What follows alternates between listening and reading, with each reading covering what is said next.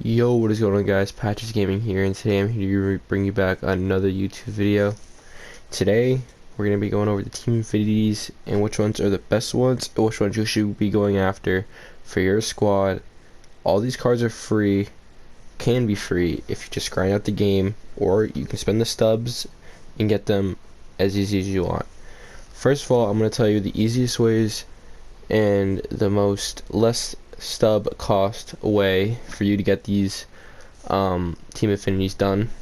So the fastest way you get them done is if you exchange rival players and you exchange these players and put them into the exchange, and you get the points that way. Or you can play the showdowns and play that team showdown and then put in the vouchers to put into this, and this also you can get points. The showdown is by far the best way to do it without spending any stubs, and the fastest way to do it, but it costs you some stubs, is the exchanges. And now for the players that you guys should be getting for your team affinities. The first one I'm going to be going over is the Texas Rangers, and that one, of course, is Joey Gallo. This Joey Gallo is so good. Like, if you look at him, I've played 171 games, 298 batting average with 21 home runs. I'm not gonna lie, I'm in Hall of Fame difficulty right now in ranked seasons, and it's pretty hard to hit with him. That's why his batting average has gone hit. Well, it was like 350 before I got into Hall of Fame. But yeah, but for you that are on lower levels and are grinding up to that Hall of Fame, Joey Gallo will lead your squad right to victory. I'm telling you, he is nasty. He will carry your team with at least 1 to 2 home runs a game. And also about this Joey Gallo card, not even that he hits ridiculously well, his fielding is insane. 99 arm strength and 97 arm accuracy with 86 fielding. He's just an amazing defensive player as well. He's just an all-around great player. For this next one, I'm going to be going over the New York Yankees team affinity, Glaber Torres. And if you didn't know, guys, he's only 23. No, that's just a little joke. But yeah, this Glaber Torres, his defense is average. Nothing spectacular, nothing horrible. You would always love to see better, but again, nothing terrible. But his hitting stats are just so average across the board, and he has 70 vision, so he'll be able to play those higher difficulties for you guys. But yeah, this Glaber is very good. As you can see, I don't have as many at-bats with this Glaber, but he's batting 375 for me. 3 home runs, 9 RBIs. Pretty good card. I would highly recommend you guys get this Glaber Torres. And now we're going to switch it up to the pitching side of things. And the number 1 pitcher I'd recommend you guys to get is the Shohei Otani. And I've heard the Shohei Otani is not that good if you're in the lower difficulties for ranked seasons. I struggled really bad with the gold Otani in ranked seasons, but I heard once you get to this higher difficulties, he's very lethal because of his speed differentials between his fastball and his curveball, and his fastball is so hard to catch up to, and his curveball is so hard to react to because it's so slow. And if you guys didn't know, he can mash the ball on the offensive side of the ball, so you won't have to take him out. He can hit for his own. He can hold his own on the offensive side and on the defensive side. The best pitcher that you can get in this team affinity program. And the next picture I'm going to show you was these 2 pitchers are the only 2 pitchers I'd recommend you guys get in these team affinities. I just really don't think the other ones are that good.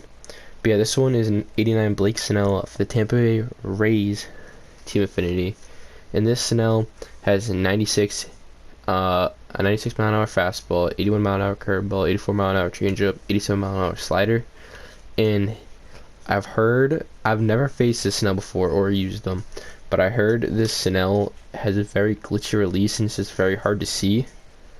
So I would recommend getting this Snell card. His stats are really good. His pitch selection's very good. His pitch speeds are very good.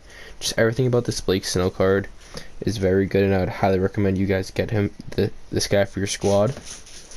But yeah, let's hop on to the next one. So for the next one now, I'm gonna do a very underrated one. This Byron Buxton card has 99 speed, 94 fielding, and from what I've seen in gameplay and just watching other YouTubers use this Byron Buxton card, he is nasty. He plays way above his stats.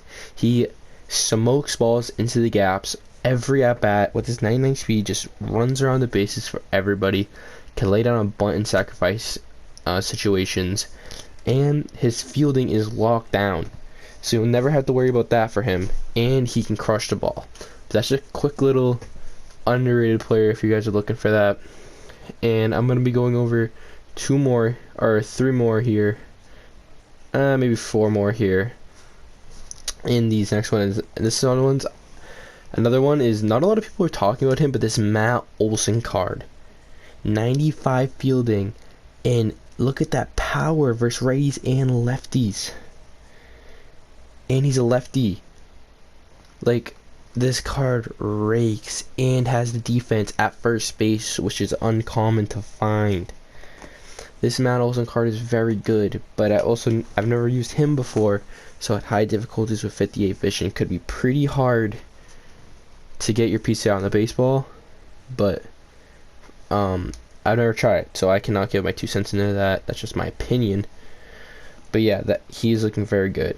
And the next one, this is the number 1 guy that I wanted to get, but I got Gary Sanchez instead, and I was going to use this Carlos Santana as my catcher, but I got Gary Sanchez at a level 40 pack, so I didn't want to get this Carlos Santana because it would be a waste for me.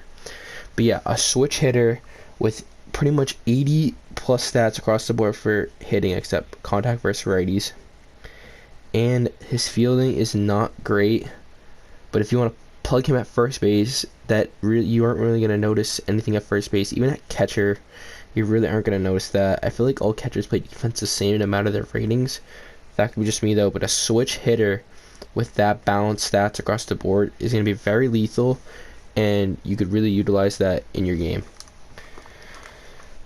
Alright, our second to last one here is going to be this Carlos Correa card here. Yeah, I know. Bang bang in the comments section. You already know the vibes. But yeah, I've used this Carlos Correa in Battle Royale, and honestly, it did not do good for me at all. But I watch Fuzzy every day on his live streams and everything, and Fuzzy lives by this card. He loves this card so much. He only talks good things about it.